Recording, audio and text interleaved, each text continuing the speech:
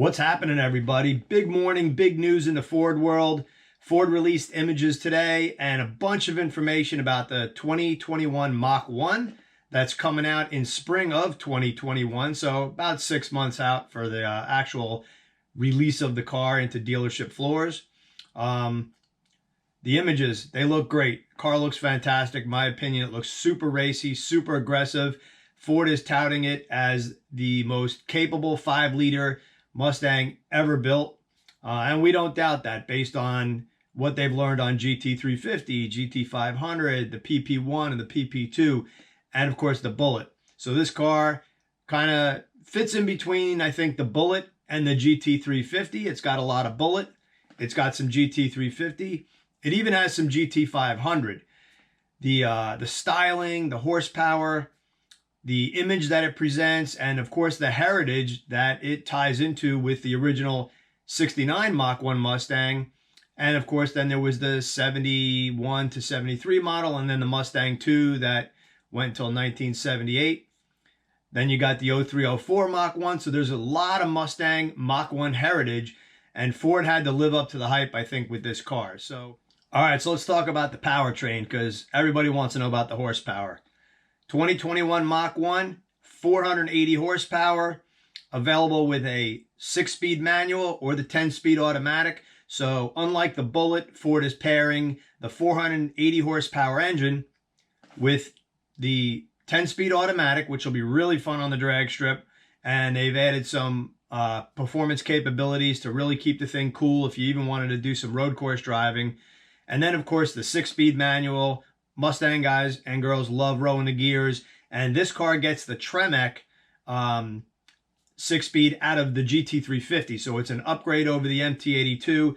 This is the 3160 Tremec 6-speed that's been really nice in the GT350s. It shifts really smooth. You can really power shift the thing right at red line, which I think is 7,500 on this engine. Peak power coming in just at 7,000. The torque is 420 at I think 4,600 RPM, so you got to get the revs up, but that's no problem. The stick versions have a 373, and the automatic has a 355 rear gear, which is going to be just unbelievable. I think drag strip performance with the 480 horse is going to put this car in the 1160s, no problem. Maybe 1170s. We went 1180s with a PP1. We got 20 more horsepower, and Ford has had some time to get into the converter and the shift schedules and things like that. So I'm fully expecting in good air that you're going to see the quickest Mustang 5-liter ever.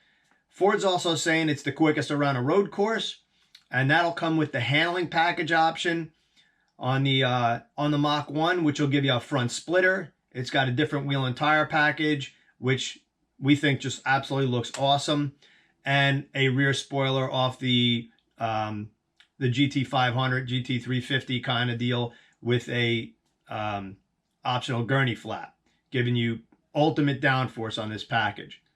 So let's talk about styling. Personally, I love it.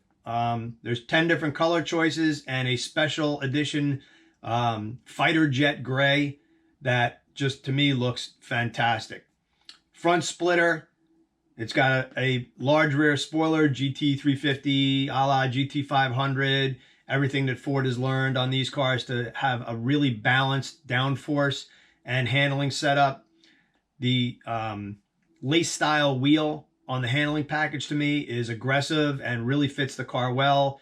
You'll notice that on the base car, it comes with a 5-spoke, kind of a heritage wheel. Ford saying that it's reminiscent of the Magnum 500.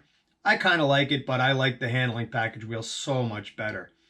First thing you notice when you look at the hood is the lack of a shaker, and that to me is part of the Mach 1 styling that people maybe came to expect. But we talked to Carl Weidman, chief engineer, at length about the shaker, and his thought process was the fact that the Bullet engine, which is essentially what's under the hood, 480 horsepower, it breathes through a open element filter and an air box, and they've had really good luck with that as far as maintaining lower ambient air temperatures. And what he said was by putting a shaker hood scoop where it would go in the middle of the hood, you'd have to route the air through the scoop, run it back to the front corner by the headlight, and then back up into the engine. He says it's just an inefficient way to do things. Yes, it might add some styling to the car, but he also said it would add lift because I guess the scoop would be grabbing air, so it hurts the aerodynamics of the car. Again, do Mustang owners really care about that little bit of extra downforce when they really want to see that shaker hood scoop? I think that's just something that, you know, every Mustang owner will have to decide for themselves. And there's no doubt in my mind that companies will be offering an aftermarket setup to put a shaker on these cars. I think from some of the renderings I saw with one that it looks really good. And I think even if it's not that functional, I think it would be a great trade-off for any little bit of loss of performance or aerodynamics that you might lose. I question how many people are really going to notice the performance difference or could drive the car at 10/10ths on a racetrack where you would really notice a difference. Sure, a professional race car driver, I know Billy Johnson's done a lot of the testing for Ford, and he has, in speaking with him, he's told me about nuances that I'm like, how do you even feel that? How do you pick that up? He's very refined. But the average person, I think most people are going to buy the Mach 1 really for the looks. And while it looks great, I still question whether it should have a shaker or not. Some people will tell you the original Mach 1 didn't have a shaker, but I think the fact that they put one on the 0304 car tells you that it's a pretty important thing to customers. So the handling package is going to be stick shift only. Again, you know, Ford, I think, in going for that maximum on-track performance, wants to keep it with the manual transmission. I'm not sure if that's for heat-related issues with the automatic or just the fact that in those circumstances, they just feel that the car should have a stick. You'll notice like the GT350 was stick only. And then the handling package gets you that beautiful lace wheel, which is a little bit wider. So on the base car, you get, I'm looking at my numbers here, you get a 9.5-inch wheel in the front and a 10-inch 5-spoke wheel in the back. And with the handling package, that jumps up to 10.5 inches in the front and a pretty wide 11 inches in the back. And Ford is calling that a tarnished dark painted aluminum wheel. I think it's fantastic looking. It really fits the car. The images they showed us, the blue car and the white car, are awesome. But like we said, 10 different color choices, 3 different stripe packages. So you can really, I think, pick and choose and get the car looking the way that you want it. And no doubt to me, this is a car that I think people will take it to the next level. Add horsepower, maybe long tube headers, tune, and really get the most out of a Mach 1 once you get it in your hands. So you'll notice the front fascia of the car is all new. It's got that low hood line, that shark looking front to it with the trapezoidal grille opening. On this car, the grille is set back, and probably the biggest thing that the Mustang fans have noticed so far is those 2 big round faux fog light openings. Ford said the panels behind there can actually be removed if you wanted to maybe add fog lights or extra cooling or air induction or something. I think it kind of looks pretty sinister the way it is. The grille is set back. The pony's looking real nice. And the base car has like a built-in splitter into the fascia. And the handling pack car gets a additional kind of a PP2 style extra splitter down low. Mach 1 striping up the side, Mach 1 badging, of course the stripe up the hood, which is looking good. And that kind of just really, the car to me, it just really flows nicely. The base car has a short spoiler in black.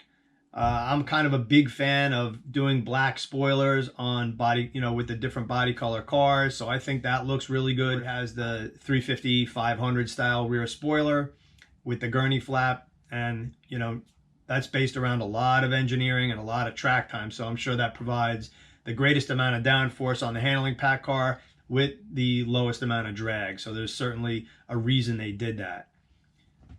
So as for the rest of the interior, the dashboard has what Ford is calling a spindrift metal finish. It's like a deep charcoal. It looks kind of neat, a little sinister, which kind of goes with the look of the car in my opinion. The photos that we have, the interior shows the electronic digital dashboard, which I don't know if that's a love or hate kind of thing. I'm okay without it. I like the round gauges and the sweeping needles. To me, it's a little, throwback or heritage kind of thing to the original Mustang. pony in the steering wheel. The steering wheel looks like it's upgraded a little bit. I've been a big fan of the Ford steering wheels in the Mustang for a while, so hopefully this one's a little bit better. My hands just fit really nicely on there, and I like where the the little cutouts for the thumbs are. Just a nice feel. And there are 4 seat options between cloth, leather, heated air condition, and my favorite, the Recaros, which just to me, they have a great look. You pop the door open and you immediately see something that's racy and cool, but it's also a functional piece, especially if you enjoy going out on track, because the bolstering and the support is something that's, very important if you're going to be out on track driving aggressively. I love being, I love that feeling of just being hunkered down and held in the car tightly. All right, 2021 Mach 1. Let's wrap it up. Some people are going to love it. Some people, hey, they might even hate it. Personally, I think it hits the mark. I think it checks off all the Mach 1 boxes. 480 horsepower. Yeah, it doesn't have the shaker, but it's got a nice cold air setup. And if you really want a shaker, I'm sure that somebody's going to come out with a kit so you could add it on after the fact. You got great handling. You got great performance. 7,500 RPM capabilities. And tied to that automatic, I think it's going to be the quickest 5-liter. They're saying it's going to be the most capable road course car, but I also think it's going to be the quickest 5-liter car ever. And personally, I think if they really hit the mark on the transmission with the automatic, I think it'll pretty much blow the doors off straight line acceleration wise when compared to even a Shelby GT 350. Those cars are pretty tricky to get in the 11s. We've been 1180s with a stock 5-liter Mustang GT that's 460 horse. So now with the automatic and 480 horse. And we've talked to a couple engineers behind the scenes who seem to think that it's actually a really good combination. And if they can check the right boxes as far as getting the lightest car possible, even in a Mach 1 with some of the coolers and things, I think we'll see ETs well into the 11s at probably 122, maybe even a little more than that, maybe 123 miles an hour. So I guess all we can do now is wait to see. They're going to finish the product up. And when we get our hands on one, we will let you know what it runs. We'll let you know how it drives. But until then, stick around, because this Thursday, Ford is going to reveal the Mach 1 in person in Tulsa at the Big Mustang Meet. I will be there. We're going to get another video. We'll give you an actual walk around of the car. We'll give you the close-ups on all the details. So thanks for checking out the channel. Be sure to subscribe. Have a great day, everybody, and we'll be back soon.